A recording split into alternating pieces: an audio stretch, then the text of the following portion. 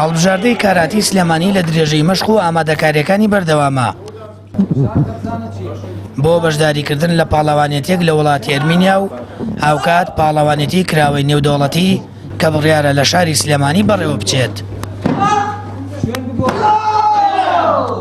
چەند یاریەکی دۆستانە لەگەڵ وەکو ئەمڕۆکە لەگەڵ یانەی وەرزشی خوڕماڵ یاریکی دۆستانە کراوە و چەند یانەیەکی تریش داوەتنامەیان پێدەین کە بتوانین بچین لەگەڵیان یاری ودی بکەینەوە لەگەڵ هەڵبژاردەی پارێزگاکانی تریش دیسان تاقییان بکەینەوە ئەگەر بکونجێ لە ڕووی دارایی و ئەوانەوە هاوکارمان هەبێت دۆچە یاریەکی ودیش لەگەڵ وڵاتانی دراوسێ بکەین پێشەوەی بچینە ناو پاڵەوانێتەکانەوە.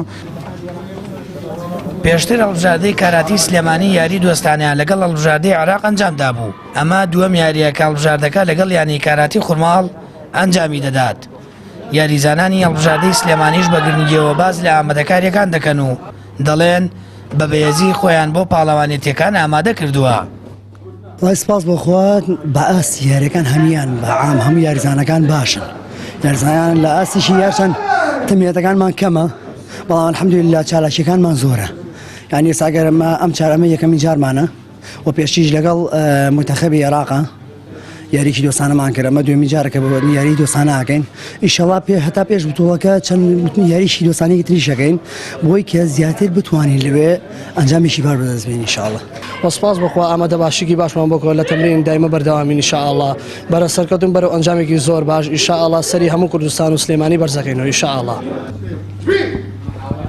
هەڵبژاردەی کاراتی سلێمانی لە 16 یاریزان پێک دێت و بڕیارە مانگینۆ بەشداری لە دوو پاڵەوانێتی نێودەوڵەتی بکەن کە چەندین وڵات لە ئاسیا و ئەوروپا بەشدار دەبن. ڕایەنەرەکەشیان دەڵێت هیوای بە یاریزانەکانی هەیە و لە ئاست و توانیان ڕازیە بۆیە دەیانەوێت ئەنجامی گەورە و دڵخۆشکار لەو دوو پاڵەوانێتیە بەدەستبێنن. سامان فەتاح، کەناڵی ئاسمانی پەیام، ناحی خوڕماڵ.